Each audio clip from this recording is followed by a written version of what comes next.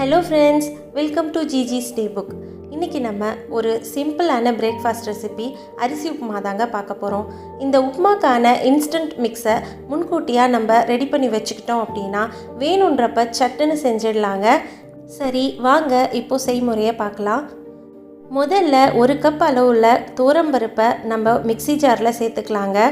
கூடவே 2 table spoon அளவுக்கு ஜீரகமும் 1 table spoon அளவுக்கு மிளகும் சேர்த்து கொரன்னு கோதுமை ரவை பதத்துக்கு அரைச்சிக்கலாங்க. அரைச்ச இந்த மிக்ஸை ஒரு பவுலுக்கு ட்ரான்ஸ்ஃபர் பண்ணிக்கலாங்க. இப்போது 2 கப் அளவுக்கு பச்சரிசியை அதே மிக்ஸி ஜாரில் சேர்த்துக்கலாங்க. அதையும் கொரன்னு அரைச்சி எடுத்துக்கலாங்க. கோதுமை ரவை பதத்துக்கு கொஞ்சம் முன்னாடியே எடுத்துக்கலாங்க. ஏற்கனவே அரைச்சி வச்ச பருப்பையும் அதோடு சேர்த்து நல்லா கலந்து விட்டுக்கலாங்க. அப்படி இல்லைன்னா ஒரு 5 செகண்ட் மிக்சியில் ரன் பண்ணி எடுத்துக்கலாங்க. இங்கே நான் 4 பேருக்கு தேவையான அளவு உப்புமா மிக்ஸ் எடுத்துக்கிறேன். 1.5 கப் அளவுக்கு இதை எடுத்துக்கிறேங்க. மீதி இருக்கிற உப்புமா மிக்ஸ் பவுடரை ஏர்டைட் பாக்ஸில் போட்டு வச்சுக்கிட்டோன்னா வேணுன்றப்பெல்லாம் செஞ்சுக்கலாங்க. இப்போது உப்புமா செய்முறையை பார்க்கலாம். ஒரு குக்கரில் 1 டேபிள் ஸ்பூன் அளவுக்கு கடலெண்ணெய், 1 டேபிள் ஸ்பூன் அளவுக்கு தேங்காய் எண்ணெய், 1 டேபிள் ஸ்பூன் அளவுக்கு நெய் இது எல்லாமே சேர்த்து நல்லா காய விட்டுக்கலாங்க. எண்ணெய் நல்லா காஞ்சதுக்கப்புறமா 1 டீஸ்பூன் கடுகு சேர்த்துக்கலாங்க. கூடவே நீங்கள் விருப்பப்பட்டால் உளுத்தம்பருப்பும் கடலைப்பருப்பும் சேர்த்துக்கோங்க. நான் இங்கே காரத்துக்கு 4 வரமிளகாய் சேர்த்துட்ருக்கேன். இதெல்லாம் நல்லா வறுத்துக்கலாங்க. பெருங்காயத்தூளும் சேர்த்துக்கோங்க, ரொம்ப நல்லா வாசனையாக இருக்கும். எல்லாம் நல்லா வறுபட்டதுக்கப்புறமா 1க்கு 3ன்ற கணக்கில் நான் இங்கே தண்ணி சேர்த்துக்கிறேங்க. 1.5 கப் அளவுக்கு உப்புமா மிக்ஸ் எடுத்துட்ருக்கேன். எந்தெந்த கப்பில் அளந்தேனோ அதே கப்பில் 3 கப்பு தண்ணி சேர்த்துக்கிறேங்க.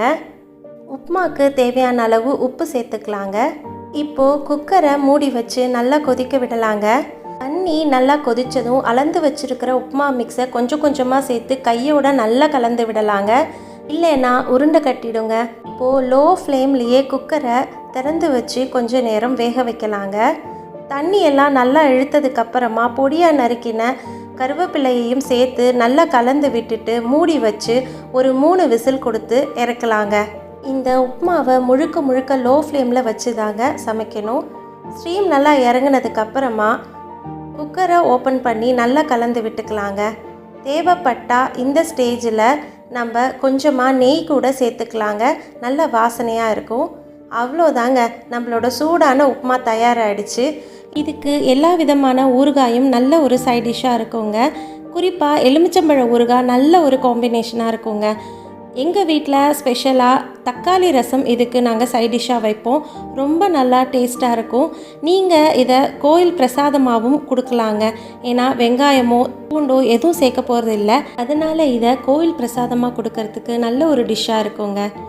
நீங்களும் இந்த சிம்பிள் அண்ட் ஈஸி உப்புமாவை ட்ரை பண்ணி பார்த்துட்டு உங்களோட ஃபீட்பேக்கை என் கூட ஷேர் பண்ண மறந்துடாதீங்க. தேங்க்யூ.